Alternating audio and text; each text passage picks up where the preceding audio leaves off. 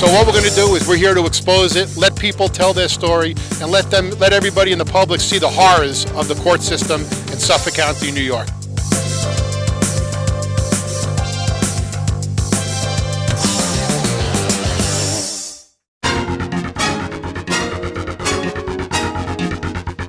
Hi, I'm Gary Jacobs, and welcome to another edition of Long Island Backstory, where we film at the Cablevision Studios in Hauppauge, New York. My guest today is Jim Teese. Jim is a director of the Long Island Regional Office for the Republican leader of the State Assembly. I guess Jim doesn't have a business card, because all that's not going to fit on a regular-sized business card. As I told Jim when I asked him to do the show, Jim is a political guru, graduated Yale in political science, but I said when I do these shows on politics, they really don't get a lot of hits on YouTube. A lot of people really aren't interested. Who watches it is my family and people who really like that candidate. But what people are interested in is events on Long Island, whether it's red light cameras, divorce. So what I'd like to do today is tie in politics with how it affects us here on Long Island. And of course, you're a spokesman for Republicans, so we know which way you're going to go on most of these things, but why should somebody favor one party over the other as it relates to us? But let's just start off at the beginning. What is the difference now between a Democrat and Republican? Because I see that seems to evolve from when I was a kid as to what it is now. I don't know. I think there's some core values. I think as a Republican, I think it is the keys are personal liberty, economic freedom, and a question of ensuring opportunity. Not equal results, but ensuring opportunities for everyone. And I think that quickly kind of devolves into how we treat government. I think Republicans see government as a tool, but one that should be very limited, just like the Founding Fathers thought when they wrote the Constitution. It was all about limiting the power of the federal government. And Democrats, I think, for the most part, look first to government as the solution. So how do you justify that with when they say, well, I'm a Republican, so I'm anti-abortion, for example, and that's the government telling you what you can't do and intruding in your life? How does that mesh? There was always competing principles. That's sort of the story of politics. Some people like to say, it's the art of the compromise, and I kind of prefer to see it as it's competing principles. There can be ways in which you can hold a perfectly sound view. An issue like abortion doesn't really lend itself to a lot of compromise. Unlike issues with money, money you can spend faster, we can spend slower, we can spend more, we can spend less. Abortion is sort of a different issue in type. Yeah, you didn't mention that though in your differences. But if you look in a way, well, I don't think that's not a partisan issue per se. Really? So I look at it as Republicans are anti-abortion and anti-gay marriage, and Democrats are for those type of liberties. But you didn't mention that as one of the core values. I don't think that's accurate. I don't think because one of the things when you get down into the political end of it is Democrats are always looking at these group associations and group rights as opposed to personal and individual rights. I think it's an absolutely false charge to say that Republicans are anti-gay marriage. Now, they may be against the use of the word. We can argue a lot. Words matter. I mean, they're in terms of the rights of people to be with their partner, to be with someone they love, is one thing. To change a wholesale definition of an institution that's been around for millennia, that's a different issue of itself. Mm-hmm. And words matter, and how you call that and how you deal with those things matter. But again, I don't think things like abortion and gay rights, if you will, those are personal liberties that they go beyond party. It's really not a partisan issue. I think parties sometimes like to use those issues in divisive ways, but I don't think that's a good way to look at it. I mean, one of the beauties of this country is that we solve our issues, with government. We're a nation of laws. We're a nation of peace. We don't have too many riots in the street. We don't have coup d'états every other week, and that is the beauty of America. Doesn't mean it's not partisan. It doesn't mean the fights don't get quite real. But not physical. So would it be fair to say that Democrats are, people say Democrats want to tax more, Republicans want to cut taxes. I mean, that's sort of way oversimplifying it, but it's incredibly oversimplified. But often that comes out that way because, as I stated before, government is the first and foremost solution for Democrats. They think government's going to solve everything. You want to run government, you got to fund it. Right. The only way to fund it is taxes. So they end up looking for that and not cutting that spending. And the bottom line is, again, as I also mentioned, economic freedom. When government encroaches, you are losing the freedom somewhere else. Right. So if you don't have economic freedom and you don't have a business friendly, it's back to the job creators, or that really is it sounds trite, but the bottom line is government doesn't create jobs. Right. Private sector creates jobs. You want a healthy government, you want a healthy society, you need a healthy private sector. Now, when people get in, they say, when everyone says this, and that's what the Republicans say. But then when they get in, they spend a lot of money too. I mean, so the president's I'm one of the Republicans that complains when my colleagues do that. All right, I mean, there's a lot of pressure to do it. I'm not in elective office. I help them. Right. I have a personal line when people have asked me, why don't you run? And I say, I found out a long time ago, it's way more fun to be Robert Louis Stevenson than either Jekyll or Hyde. Right, that's true, and that's why you've been doing it for a long time, and you haven't been kicked out. Were you always a Republican? I mean, they say, many people end up as when they're young, they're more liberal, and they become Democrat, and then when they start to make money, they become Republican. No, I was always, yes, I evolved to be a Republican, I'd say, but not from anything other than being a Republican. My father was a local 3 electrician, kind of a Reagan Democrat, really, so we used to have some very lively... He was a union guy.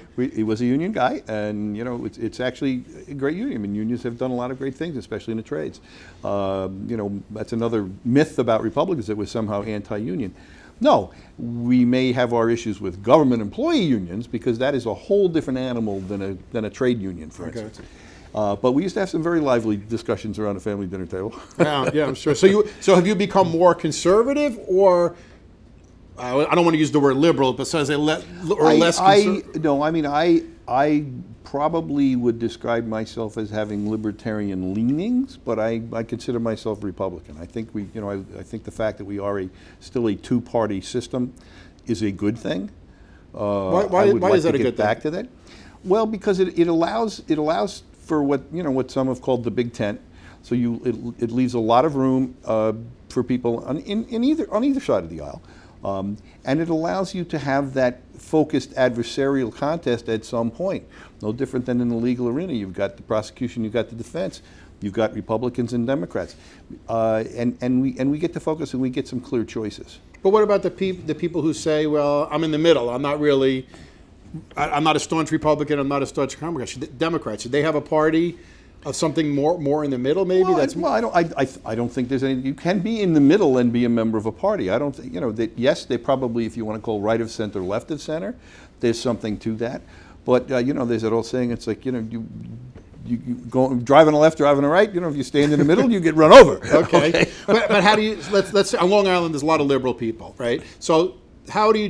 But we all hate taxes, and we think the government. No, we all think. Many of us think the government's growing out of control on Long Island. So somebody who says, I believe in gay marriage at this point in my life, yet I want my taxes to be lower and less government. What do they do? Well, do they vote for Republican? Who do they vote for? It is not an endeavor in which you're gonna, listen, like in baseball, nobody bats 1,000, and in politics, listen, one of my favorite Democrats had a great line. Quintessential mayor of New York, Ed Koch, right, always said, it's like, look, if there's 12 issues and you agree with, if you agree with me on 9 of the 12, you should vote for me. Right, he says, you agree with me on 12, there's something wrong with you. Go see a psychiatrist. Yeah, exactly. So you say you have to pick.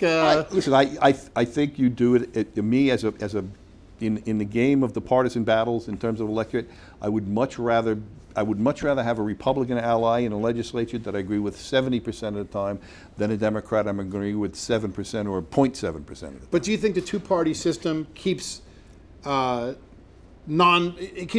closes the system so that you have to be part of this club? No, I think it encourages you to be involved. See, to all my good friends who think, I'm an independent. Well, the common parlance out of the boards and elections is you're a blank. You don't belong to a party. Why don't you explain that? Because I know when I ran for office, people would tell me, I'm not registered at any party, I'm an independent. And then I would find out that many of them registered as an independence party. Well, they weren't a blank. So explain the difference to people who are watching, because most people don't know. Well, in New York, what is the independence party? In New York, party? we have a somewhat Byzantine election law system. It's developed over many years. It is a product of the major parties, but one of the things we do allow is we allow multiple parties, and we allow cross endorsements.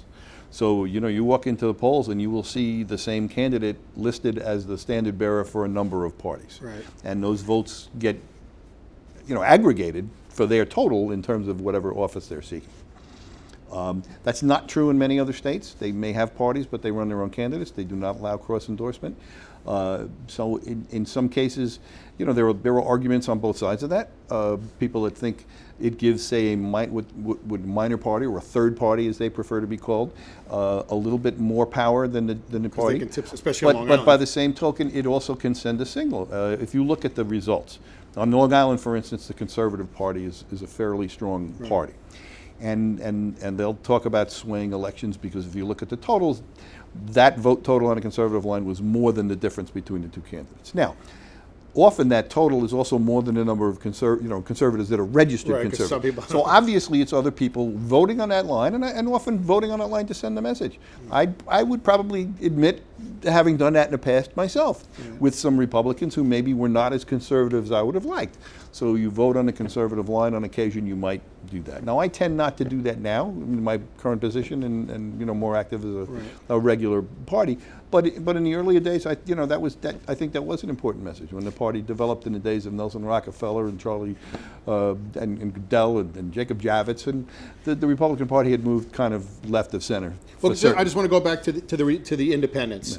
Well, somebody says I'm independent. What's the difference between being an independent, a member of the Independence Party, or There somebody actually who is a truly is party. independent? They're blank, but I don't think people realize Well, there's a listen, party. The idea, I mean, in the election law, it uses the term independent voter, and by that they mean somebody that is not affiliated with a party, Which is what you call a blank.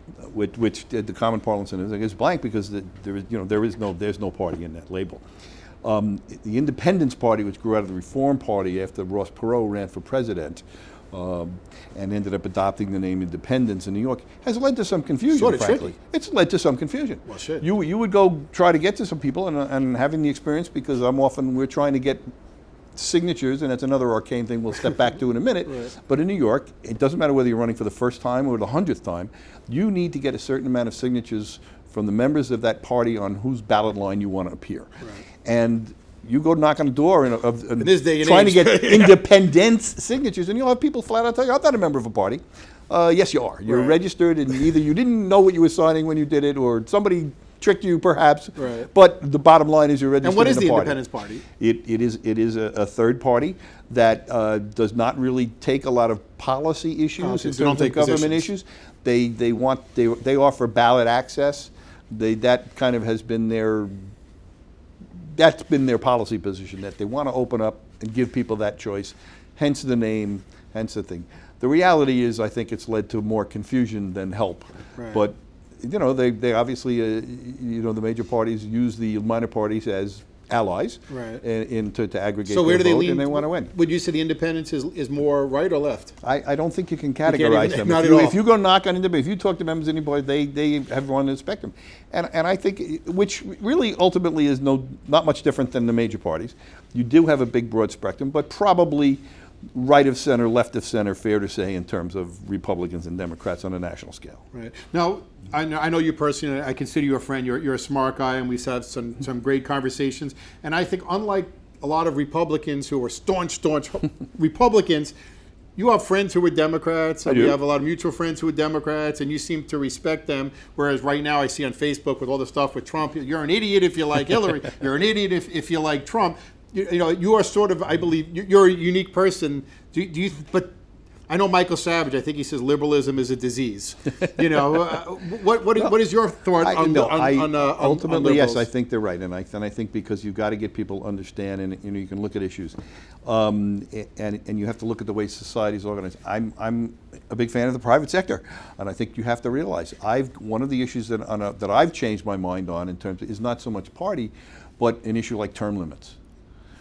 You can You're make for them or against them? I am now for them. Okay. All right.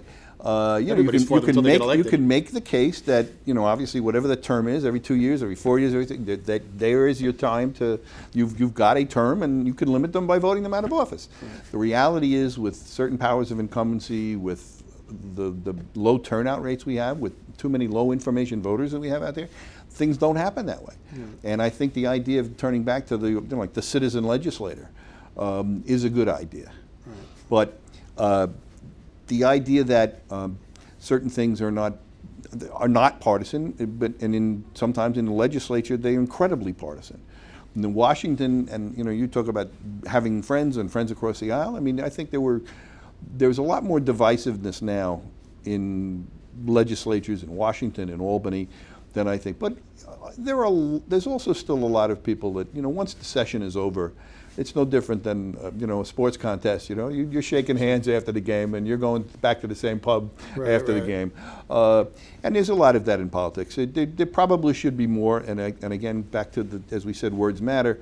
When it gets personal, is when it gets problematic. If you can keep it above and leave the arguments on the policy level, I think you can get along with people, and you might even change some minds. So let me ask this, have you ever voted, or would you ever vote for a Democrat? Or you just walk right in and Republican, right down the line, click, click, click, click, click, I'm done? At this point, it would take a special case for me to not vote Republican. Right. But then again, I'm part of the process. I'm very active in helping to choose who those candidates are and trying to get those candidates.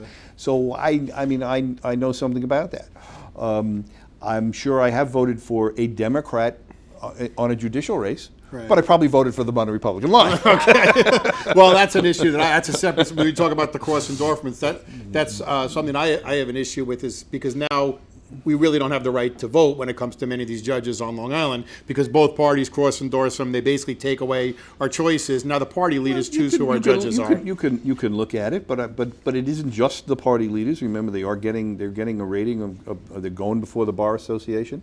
I trust the Bar Association. They're not. No, I'm not suggesting that.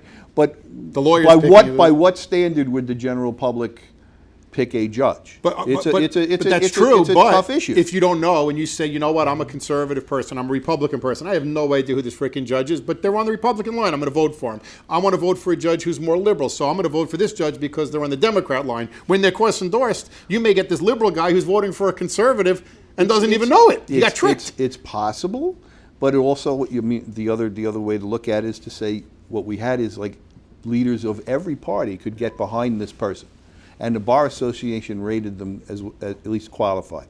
So you've got a lot of intermediary institutions looking and saying, this is a person we could deal with. This is a person we could put on the bench. Right. So I'm not an attorney. Right. So do you want to? Should lawyers pick attorneys? Should we get to that level of people in every issue? How would you do, or do you want to open that up to the public? Yeah, I think there needs to be a board of. They don't have to necessarily be attorneys, but there should be people of the public, and depending on their performance, and you rate them on overturning their decisions. Well, but you see, now you're not getting away from the voice of the people if you want to put some meritocracy in some institution that reeks of meritocracy. I don't know that necessarily the judges need to be a voice of the people, because we don't, like as you said, people don't know they're not going to follow who's going to be a judge. No, it's tough. It's a tough decision. It's tough. But speaking about the courts, because that's something that I'm passionate about, and we've had some discussion on it. Somebody who's watching the show, and a lot of people who follow the show, they follow it because we talk about the court system a lot. And people have asked me, well, I don't know the judge. Who's the right judge to vote for? I know your answer is going to be Republican. So why should somebody vote for a judge who's Republican as opposed to a Democratic judge? Well, I think what you have is somebody that is a respect for the law. I think as part of preserving things like individual liberty and economic freedom, it comes with a respect for the law. It comes with a respect for justice. And I think those Republicans who have risen in the party and have made that approach, again, when you've got somebody that can win the support of the leadership of every party, it's not to say that there's always a perfect choice, but I think it does give you some confidence that this is a person that people can agree on. Yes, and my view is, and I don't know the right. And I think you can, and again, I don't know that. See, I don't liberal and conservative in terms of being a judge is not necessarily the right dichotomy either. Right. I don't think there's any liberal or conservative wanting to see justice done. Now, justice could be a appropriately harsh sentence, or justice could be Right. giving somebody a break. But you know, and I don't think you need to be a liberal or conservative to find the truth in that given case and try to do the right fairness, thing. but, Exactly. But you know, one of the things I say is everybody says they want to vote on Long Island, especially we all want Republicans, we want conservative judges, we want people who are tough on crime, you want to be safe until the kid gets arrested for something stupid and they end up in front of a judge. And man, I hope I got a Democrat judge who's going to give my kid another chance. And it's not going to be so tough on crime. So it works both ways when you're not in there. And I don't know what the answer is. I don't know if that's the application. One of my personal rules of the world is there's no such thing as too many friends. I hear you. So. What about taxes on Long Island? Somebody has no idea, which most people really have no idea about. I mean, you know it, I know it. But most people who are watching, the average person, has no idea who the hell they're voting for. Most people don't know who their assemblyman is. They don't know who their county legislator is. They probably don't even know who their senator is, the average person. I remember hearing Rob Trotta speak, and he was at a meeting, and he said, I'm not going to ask everybody, but write down who knows who our county executive is. And I think less than 10%, he said, even knew who the county. And these are business people. So people don't know. Why should somebody vote Republican if, listen, we could all agree that our taxes are too high, right? I don't think you're going to get anybody who's going to disagree. Why should somebody vote for Republican here on Long Island to get their tax? That's going to help lower it. Because nobody's lowered our taxes here. They keep going up. Well, I mean, but how they go up or how fast they go up, you know, keeping that in the bend because the governor stopped it. The governor actually put the limit on it, right? The tax cap. The government, that was Democratic. The 2% tax cap. But again, now we go back to it was a Republican idea. It had to be implemented by government. Well, was it that property that was in fact Smithtown's assemblyman or Long Island assemblyman Michael Fitzpatrick was the prime sponsor of the property tax cap. He didn't get credit for that, did he? Okay. Well, the governor is the governor, not a lowly assemblyman. But there's a saying in the assembly among Republicans, and the Republicans are in the minority in the assembly. We have the majority in the Senate. Is that in the assembly the Republicans, they win all the debates and they lose all the votes. So what happens is you need a Democrat to carry that bill so it'll pass the assembly, and that's and then again you end up obviously in a bipartisan way. When the legislature is split with each party controlling one of the houses, you've got to get together. The problem with Albany, unlike Washington, there is not necessarily a mandatory conference committee. Okay. So Albany has a lot of things that most people never call a one-house bill, which means it's going to, there are certain things, and it's happened for years and years and years. This bill comes up and it's going to pass It's only going to pass one house because the other house, it's dead on arrival. Right. And they both have a bit of that, and obviously there's some politicking to come home and say, hey, I've passed a bill and this is what it's going to do. But getting it, the trick is to get that bill out of both houses onto the governor's desk and get it signed, and then it becomes law. And that's the only way it can happen. What about corruption? I mean, that's a big thing along. Do Democrats have a keyhold on, a stronghold on corruption, or is it you're getting all these Democrats who are corrupt because they're the ones who are in power and can be? I think you have. I would say you can look closely. I mean, obviously, corruption is not. It's not a party. It's got a party label on it. Okay. There can be corrupt people on both sides. Hopefully, we weed them out. The problem is when you have not two parties but one party completely in control, like you do say in New York City, you have a different mindset.